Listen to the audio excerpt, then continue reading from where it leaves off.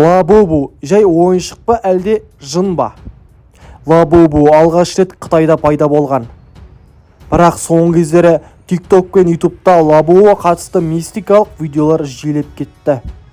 Тіпті Диана Кюда Лабубуды сатып алды. Егер сен Диана Кю жақсы көрсең, менің арнаға жазылып лайк басып кет.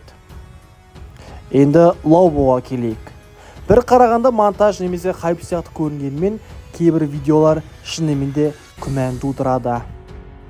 Бүгін достар, Лабубу жын ба қандай екен 3-ші бөлімін көрсететін боламыз. Ең бірінші арнаға жазылып лайк басып кет. Және ең керемет комментарий жазып 5000 ұтып ал. Себебі алдыңғы видеода осы адам 5000 ұтып алды. Достар, онда көзден бастайық. Диана Кю жақсы көрсең, лайк, арнаға жазыл. Онда бастайық.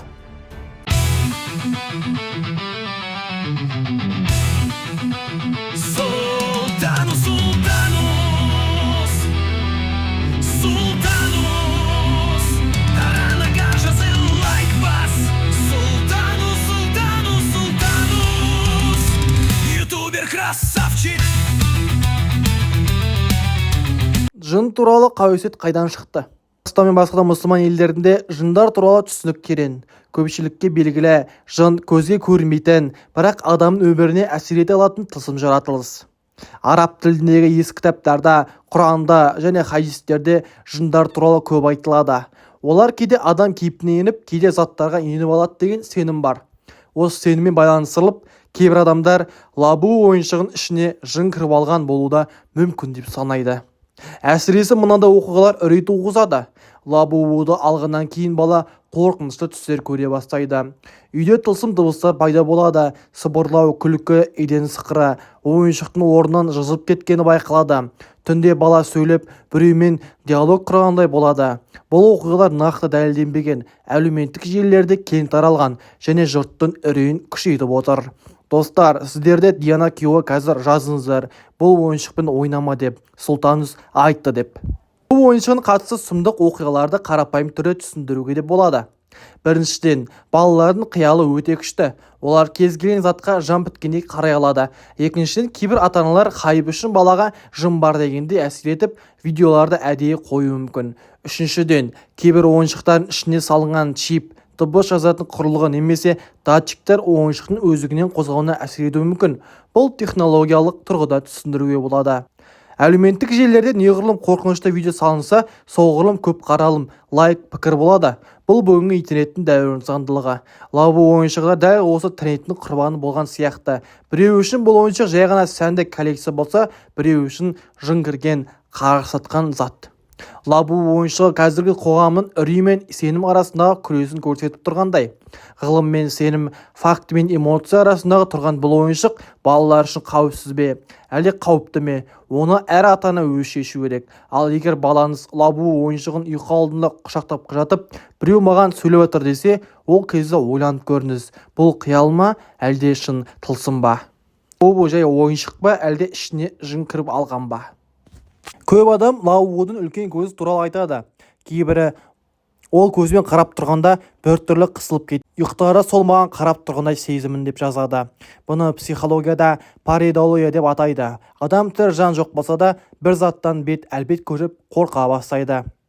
Кейбір видеоларда Лабубу түнде қозғалған, бірден шам өшкен, не есік өздігінен ашылған сәтте көрсетеді. Бұл монтаж болуы мүмкін, бірақ видеолардың астында пікірлер шынайы қорқынышқа толы. Сол ойыншықты алғаннан кейін үйде көлеңке пайда бола бастады. Әпкем түнде айғалап оянып кетті. Лабубу маған қарап тұрып деді. Лабубу ойыншығының көбесін тікілген жері тығыз, оны ашу қиын.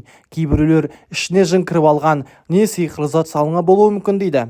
Тағы бір бала Лабубу ішін ашып көргенде ішінде қағаз болған. Онда басқа тілде белгісіз жазу тұр деп видео салған. Бірақ көптеген қолданушылар бұл ойыншықтың сырт келбетімен қатар ішкі бір тылсым күші бар сияқты екенін айтады. Бұл жай ғана балалық ойыншық па, әлде шынымен де бір нәрсені жасырып тұр ма? Лабубудың шығу тарихындағы жұмбақтар. Автор Кей Шин Ланг қытайлық суретші. Ол өз шығармаларын сәл қорқынышты стильде бейнелейді. Оның айтуынша, Лабубу түнде орман ішінде жалғыз өмір сүретін жұмбақ тіршілік иесі. Бұл кейіпкердің көзі тым үлкен және адамды баурап алатындай әсер береді.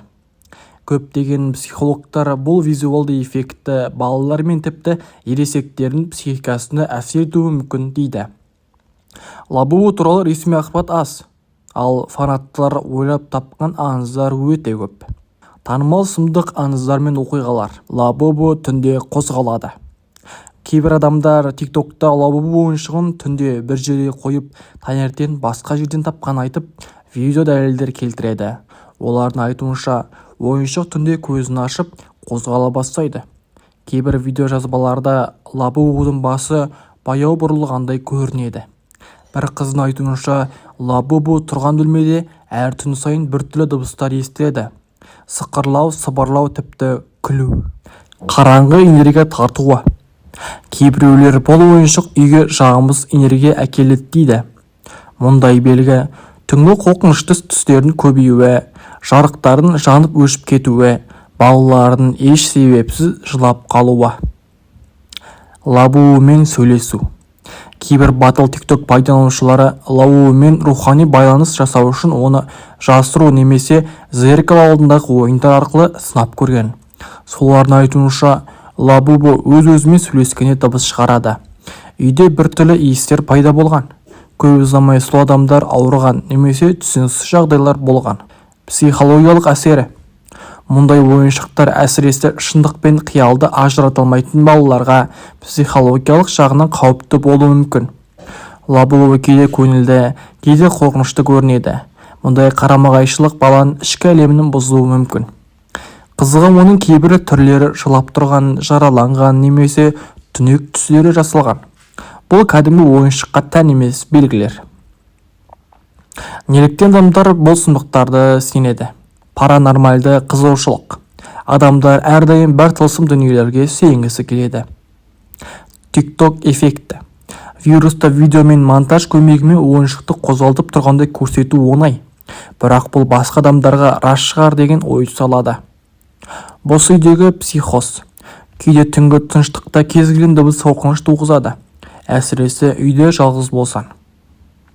Қорытынды. Лабубу сүйкімді ме, әлде сұмдық па?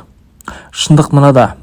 Лабубу бастапқыда жай ғана коллекциялық ойыншық, бірақ оны ерекше бейнесі, тылсым тарихы және интернеттегі аңыздар оны қорқынышты символға айналдырды.